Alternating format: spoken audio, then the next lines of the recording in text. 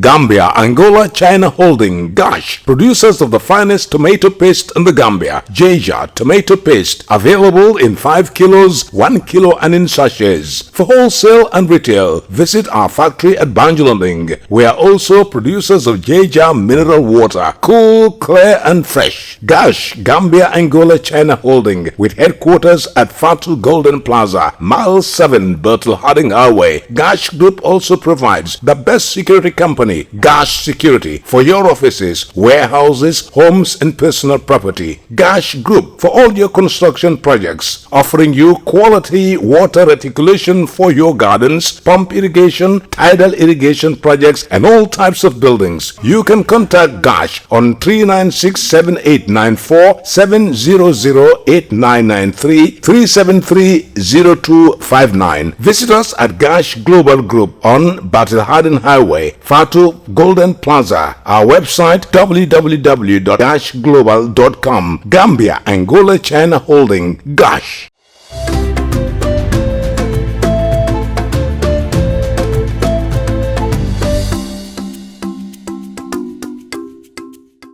It's a warm reception to our studio here in Sarakunda. This is Star TV News with me, Dado Cha. In the headlines tonight, Dr. Njai says he unsuccessfully tried to convince Jammeh that he could not cure HIV. Foreign Minister received Gambia's goodwill ambassador. Undesirable condition of BRIKAMA fish market leads to vendors' evacuation. On the international scene, Hong Kong airline to cut thousands of jobs amid a pandemic. Chile to vote on new constitution in response to years of civil unrest. Soldiers open fire on protests in Nigeria's Lagos. Those were the headlines, and now the news in details.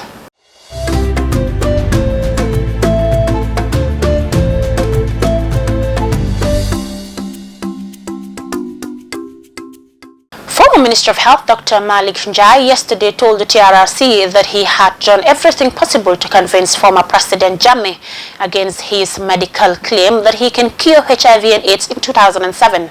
Dr. Njai, a former Chief Medical Director of the RVTH, said shortly before commencing the program, Jammeh visited the emergency ward and informed him about his desire to cure HIV and AIDS at the hospital, but he refused him access to use the hospital and further challenged his ambition.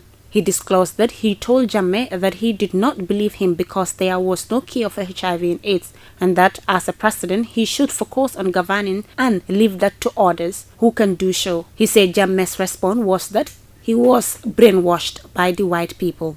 According to him, as a result of his insistence, Jammeh called for a press conference and invited international media, where he made the justification to conduct a cure. He said he had done everything to convince Jammeh to stop, but he insisted on carrying on with the treatment. He believed he had a mandate from Allah since he inherited healing from his forefathers, who were traditional healers. He said Dr. Njai, a former captain in the army, told the commission.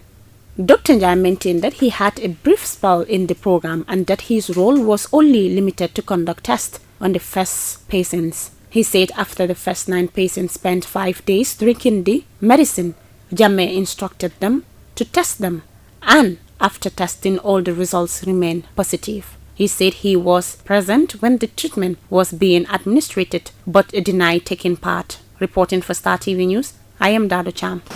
The Honorable Minister of Foreign Affairs, International Cooperation and Gambia's Abroad, Dr. Mamadou Tangara, on Monday received in his office the captain of the Gambia's International Youth Team, Tijan Jaite, who was recently appointed Goodwill Ambassador of the Gambia by His Excellency President Adama Barrow. Mariama Demtausu Small. His appointment made by the President took effect in September. By virtue of the appointment, Ambassador Jaite will be responsible for delivering humanitarian relief, implementing public programs, and providing development assistance to demonstrate benevolence and compassion between parties on behalf of the Gambia. Mr. Jaite, an accomplished football player, served the Gambia for over a decade in the pitch with much candor. For the past years, he had become a familiar face in the realm of supporting the poor and the needy in the country. In welcoming Mr. Jaite, the Honorable Minister of Foreign Affairs, Dr. Mamadou Tangara, congratulated Jaite for his appointment and also for the trust and confidence bestowed in him by the President. The minister used the opportunity to inform Jete that as a representative of the president, he has the leverage to perform duties on behalf of the Gambia with a view to achieving the developmental aspiration of the Ministry of Youth and Sports and the Gambia in general. He assured him of the foreign ministry's full support in continuing along path of success for the youth and the country. The newly appointed Goodwill Ambassador, Mr. Tijan Jete, thanked the foreign minister for the support and assured Minister Tangara that he would continue to do his utmost best in serving the Gambia. Maria Madem, reporting for Star TV News. The bad condition and unpleasant smell of standard water at the BRIKAMA fish market compelled some vendors to evacuate their places. They said they complained about it to the Fishery Ministry and Fishery Department, but to no avail. Our son visited the market and this is her report.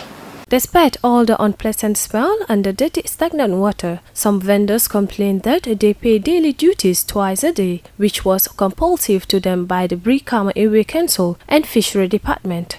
Some vendors claim that the bad condition they are living in the market is not good for their health.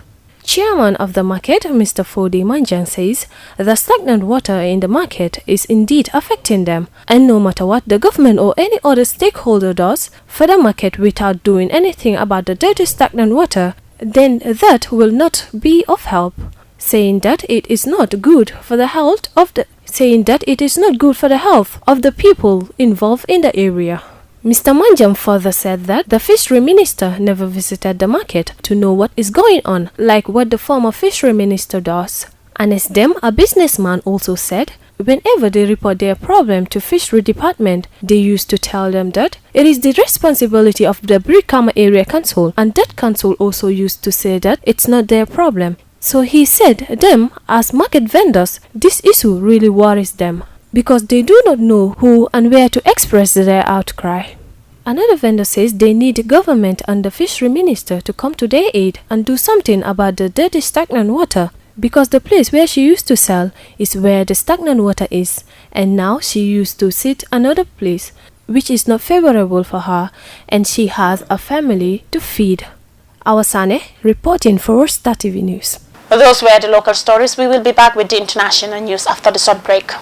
Gambia, Angola, China Holding, Gosh, producers of the finest tomato paste in the Gambia. Jaja tomato paste, available in 5 kilos, 1 kilo and in sachets. For wholesale and retail, visit our factory at Banjulunding. We are also producers of Jaja mineral water, cool, clear and fresh. Gosh, Gambia, Angola, China Holding, with headquarters at Fatu Golden Plaza, Mile 7, Bertel Harding Highway. Gosh Group also provides the best security company, Gash Security, for your offices, warehouses, homes and personal property. Gash Group for all your construction projects, offering you quality water reticulation for your gardens, pump irrigation, tidal irrigation projects and all types of buildings. You can contact Gash on 396-7894, 700-8993, 373-0259. Visit us at Gash Global Group on Battle Harden Highway, Fatu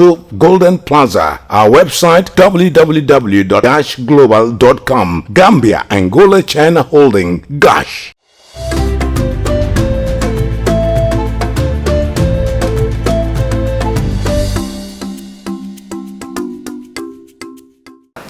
Hong Kong's Cathay Pacific has announced a major restructuring plan as it struggled to deal with travel restrictions and a big drop of demand caused by the coronavirus pandemic. The airline had only recently begun recovery from protests in Hong Kong that badly hit demand last year. Al Jazeera Florence Law reports from Malaysia.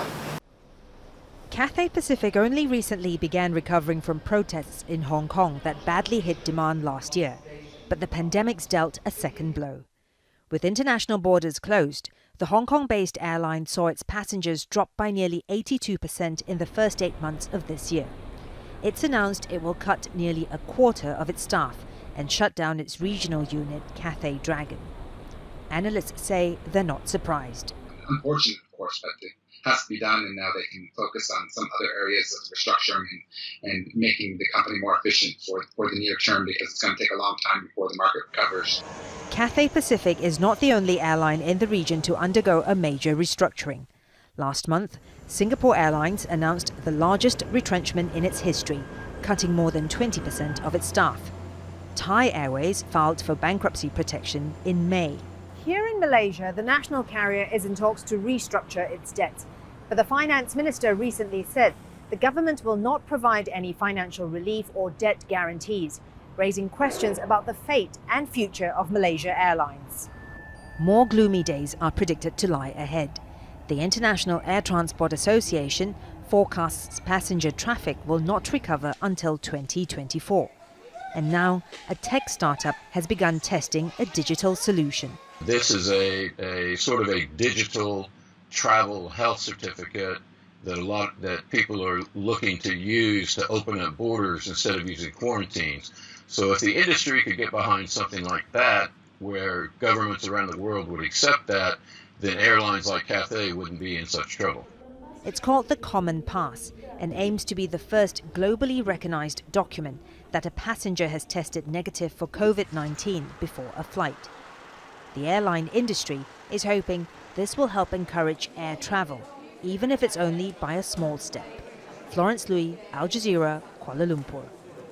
Chile will hold a referendum on Sunday on whether to write a new constitution. Most people are expected to vote in favor. A new constitution will help to end a year of political and civil unrest, as other countries have done. A Jazila Rossi Napa report from Chile. A constitution is regarded as a nation's most revered document, until a society no longer respects it. Hence, next Sunday's referendum in Chile to ask citizens to approve the drafting of a new Magna Carta. In the old days, a military coup was often the most common way of settling an institutional crisis. But in the last 20 years, many Latin American, African, and European countries have chosen instead to rewrite their constitutions. And the common denominator is that they were born out of a profound crisis. The constitutions of Morocco and Tunisia after a period of authoritarian government have been tremendously interesting because they have incorporated democratic elements that didn't exist and that reflected popular demands. But it doesn't necessarily have to be a traumatic event, says Mrs. Peña. Amid a social and economic crisis, Iceland decided to form a constitutional assembly in 2010. It's considered the most modern example of citizens' participation in resetting a country's fundamental roadmap for the future. Globalization and technological advances have shed light on issues and needs that were not considered by societies in the past. The U.S. Constitution's Second Amendment, for example, giving citizens the right to bear arms, was conceived to allow Americans to fight back against a tyrannical federal government, a far cry from its current implementation. Constitutional experts say that the healthiest way for a country to ensure that its fundamental social contract is up to date is to submit it to periodical revisions, as does Germany, among others. It's a way of recognizing that societies change and that nothing is written in stone. The worst thing that can happen is the text of the Constitution does not reflect the will of the people. A Constitution needs to be respected because people believe in it. The more often it's revised, the less dramatic, the better. The majority of Chileans have lost respect for a constitution that was conceived and written under a dictatorship 40 years ago. Perhaps the biggest danger now is the expectation that a new one will have the ability to solve the immediate and social economic needs of the present. Lucia Newman, Al Jazeera, Santiago. Soldiers have opened fire on demonstrators gathered at the protest site in Lagos that has been the epicenter of widespread rallies against police brutality in Nigeria. According to several witnesses, Nigeria's Lagos on the street demonstrators have been on the street for days over police brutality, and some senior politicians are supporting them. Jazila Ahmed Adris report from Abuja, Nigeria. Security forces opened fire at crowds in Lagos, and there are reports several people have been killed. Amnesty International says it happened as they tried to disperse demonstrators. Ahmed Idris reports. Just hours after a curfew came into effect, the security forces started moving in. At the Lekki toll gate in Lagos, several different witnesses recorded footage of what appeared to be security personnel shooting at protesters who were blocking a major highway. A number of people were reported killed. It began as peaceful protests to put an end to police brutality. And for 2 weeks, the government struggled but failed to calm protesters.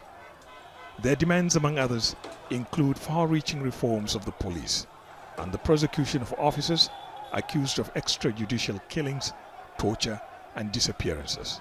No cure is going through. Since we have been protesting, we have not had any reasonable result. So we want out Buhari to come and address us. If not possible in Aso Rock, he should come down to Lagos here and address the citizens. That's what we can do. We have been trying, we have been crying every day so that they can hear our voice, but they don't want to listen to us. But I believe this what we are doing, we are going to hear good things. And senior lawmakers are lining up behind some of the protesters' demands. I will not sign off on a 2021 budget that does not include adequate provisions to compensate those who have suffered violence and brutality at the hands of the police in Nigeria in the last decade. Which means the country's 2021 budget could be delayed. On Monday, protesters blockaded Murtala Mohammed International Airport, Lagos, Nigeria's busiest. The same day, these images appeared of prisoners, among them violent criminals escaping when 2 prisons in Edo states were attacked. The prison authorities say nearly 2,000 prisoners have escaped. More worrying is the looting of the armory in the correction facility. Here in Abuja, nearly 24 cars were destroyed. Already, states have started enforcing 24-hour curfews, among them the financial capital Lagos, which is also home to the country's busiest ports. This could mean more trouble for an economy already in a poor shape. The President of the Senate has asked the President to address the nation to calm the situation, but it's not clear if that will be enough to placate the protesters. Ahmed Idris, Al Jazeera, Abuja. And before we end the news, a recap of our main headlines. Dr. Njai says he unsuccessfully tried to convince Jammeh that he could not cure HIV. Foreign Minister received Gambia's goodwill ambassador. Undesirable condition of BRIKAMA fish market leads to vendors' evacuation. On the international scene, Hong Kong airline to cut thousands of jobs amid a pandemic. Chile to vote on new constitution in response to years of civil unrest. Soldiers open fire on protests in Nigeria's Lagos. That's all for this edition of the news. Please enjoy the rest of our programs and thank you for watching.